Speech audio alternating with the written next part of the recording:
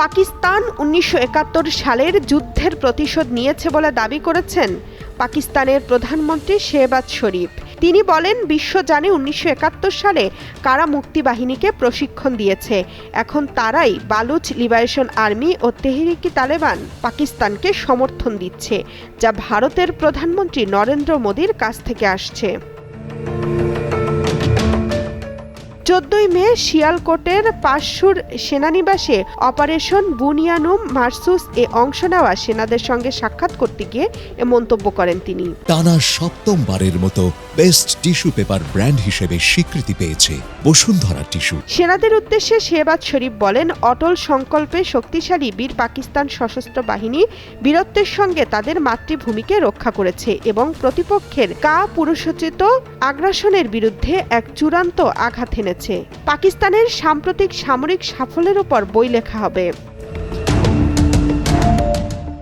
সেনাবাহিনী, নৌবাহিনী এবং বিমান বাহিনীর নেতৃত্ব এবং কর্মীদের প্রশংসা করে শেহবাজ শরীফ বলেন, তারা পাকিস্তানের শত্রুদের তাদের যোগ্যতা অবস্থান বুঝিয়ে দিয়েছে। ভারতের প্রধানমন্ত্রী নরেন্দ্র মোদীকে উদ্দেশ্য করে শেহবাজ শরীফ বলেন, আগুন ছাড়া বক্তব্য নিজের কাছেই রাখতে। পাকিস্তান শান্তি চায়, তবে এই আকাঙ্ক্ষাকে দুর্বলতা ভাবলে ভুল হবে।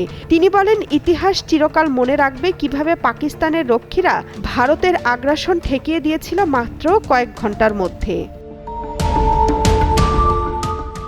ভারতের প্রধানমন্ত্রীকে হুঁশিয়ারি দিয়ে শেহবাজ শরীফ বলেন, নরেন্দ্র মোদী যদি আরও একবার আগ্রাসনের চেষ্টা করেন তবে এমন পরিণতি হবে যা তার কল্পনার বাইরে। পহেলগাঁও কাণ্ডে পাকিস্তানকে দায়ী করে অপারেশন সিঁদুর অভিযান চালায় ভারত। এতে পাকিস্তানে নারী, শিশুসহ বহু বেসামরিক নাগরিকের মৃত্যুসহ স্থাপনা ধ্বংস হয়। পাল্টা জবাবে বুনিয়ানুম মারসুস অপারেশন চালায় পাকিস্তান। এতে ভারতের ২৬টি সামরিক স্থাপনা ক্ষতিগ্রস্ত হয় বলে দাবি ইসলামাবাদের। ভারতের বিরুদ্ধে এই অভিযানকে দেশটির সশস্ত্র বাহিনীর সাহসিকতা এবং পেশাদারিত্বের প্রমাণ বলে অভিহিত করেন পাকিস্তানের প্রধানমন্ত্রী শেহবাজ শরীফ। সেই পাল্টা হামলার মাধ্যমে পাকিস্তান ১৯৭১ সালের যুদ্ধে পরাজয়ের প্রতিশোধ নিয়েছে এমনই দাবি করে তিনি বলেন, এই অভিযান পাকিস্তানের জন্য একটি ঐতিহাসিক মুহূর্ত। কয়েক ঘন্টার মধ্যেই পাকিস্তানের সাহসী নেতারা ভারতের অপ্ররোচিত আগ্রাসনের দাঁত ভাঙা জবাব দিয়ে দিয়েছে। তামান্না তাহসিন খান, কালের কণ্ঠ।